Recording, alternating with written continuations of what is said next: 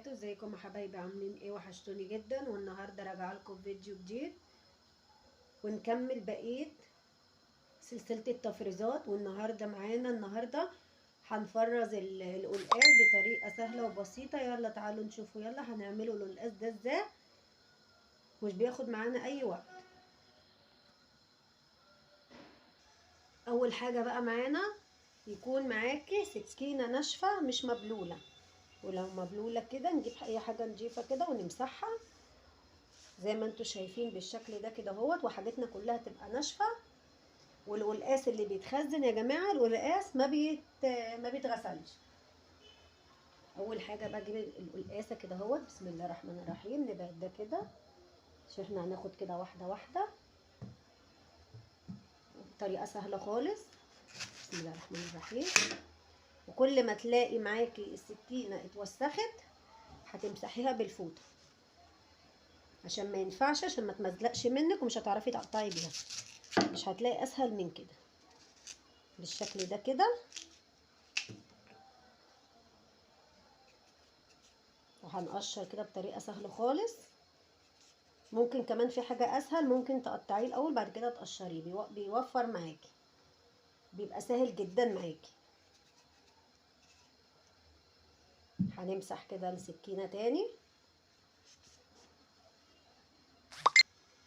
انا قشرت معاكم واحده هي بالشكل ده كده اهو، وهنقطعها بقى كده اهوت زي صوابع البطاطس، طريقه سهله خالص.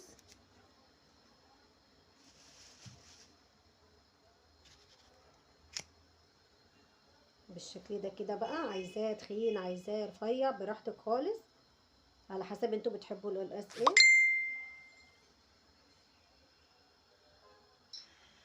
انا خرطته بالشكل ده كده اهوت، صوابع كده اهوت، عايزاها رفيعه ارفع من كده، عايزاها تخينه، على حسب انتوا بتحبوه ايه، ودي حسب رغبتك انت.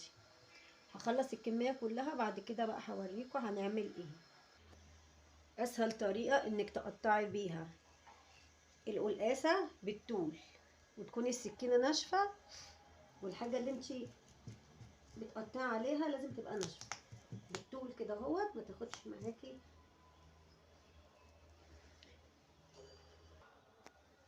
الطريقه دي كده تلاقيها سهله معاكي.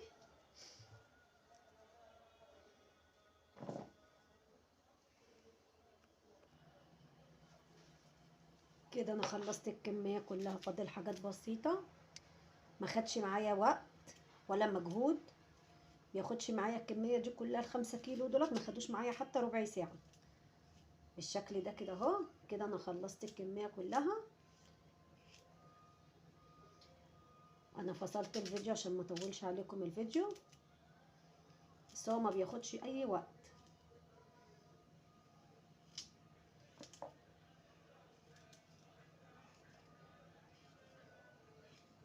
بالشكل ده كده.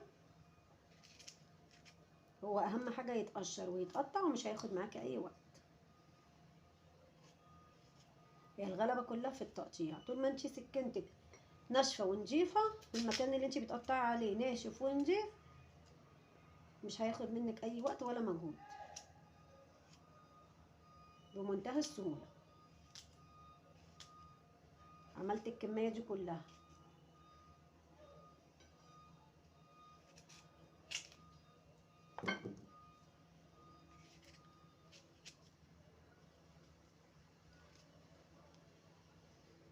بسرعه بسرعه. انا كده هقسمه بقى على طبقين، عشان كده البوله دي صغيره، فانا بقى هقسم الكميه على طبقين.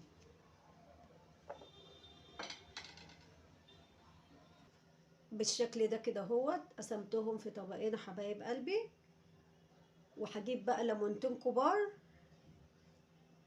الليمونتين دول كده اهوت هنزل بالليمون، هعصر الليمونتين على الكميه كلها. بس هي دي طريقه التخزين، ما بياخدش معايا اي وقت ولا مجهود ولا اي حاجه، وبتخزنيه ما بياخدش معاكي كل القصه دي، ما بتاخدش معاكي حتى ربع ساعه، وبتخزنيه من السنه للسنه. لايك بقى وشير للفيديو عشان القناه تكبر بيكم.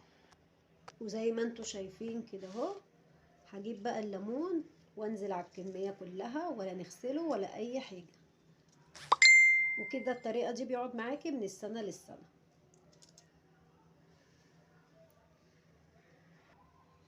هعصر بقى الليمون على الطبق التاني كمان بالشكل ده كده اهوت، وهقلبه كله ببعضه. وبعد كده هجيب اكياس التلاجة وهبدأ بقى اعبي على حسب الاستخدام بتاعي. كل كيس كيلو، نص كيلو، على حسب عدد افراد اسرتك. وبكده يبقى خلصنا كده اهوت الكمية كلها. خزنا الكمية كلها وهنقلبها كده كله ببعضه عشان يتشرب من الليمون. بعد كده بقى هجيب اكياس التلاجة وهنعبي كل الكمية ديت في الكيس، هنقسمهم في كيس. هجيب بقى الكياس بتاعة التلاجة وهعبي الكمية كلها. بسم الله الرحمن الرحيم. هشيل بقى الطبق ده كده اهوت، البولة دي، وهحطه كده عشان تشوفوا انا بعمل ايه.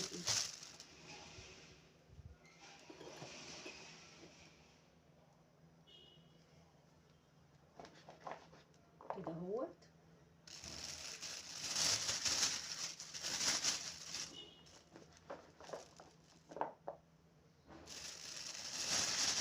كده بقى يقعد معاكي من السنة للسنة، تطلعيه كأنك لسه جايباه من السوق، طازة وجميل. هنا بقى بعد ما عبيته بالشكل ده كده اهوت، هنفضي الهوا منه خالص كده. بعد كده بقى ايه، هنربطه من فوق كده، بس نفضي الهوا منه الاول عشان ما يبص يتودي مننا بالشكل ده كده. وهنربطه ربطه كده اهوت.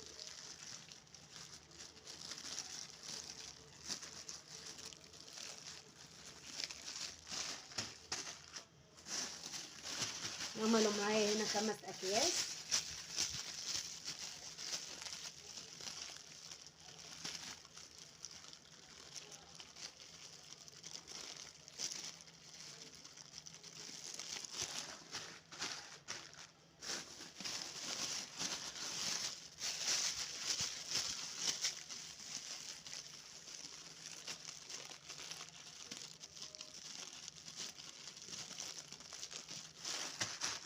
شايفين بقى شكله عامل ازاي؟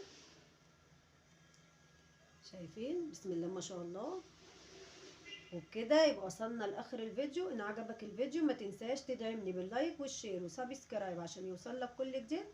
والسلام عليكم ورحمة الله وبركاته. السلام عليكم ورحمة الله وبركاته. ازيكم يا حبايبي، عاملين ايه؟ وحشتوني جدا. والنهارده راجعه لكم فيديو جديد.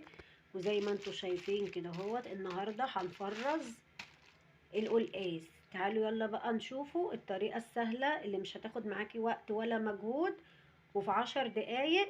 لو عاملة عندك كمية كبيرة، 10 دقايق هتكوني مقطعوه ومفرزوه. تعالوا يلا بقى نشوفه، وتابعيني لاخر الفيديو. ما تنسوش تدعموني باللايك والاشتراك في القناة.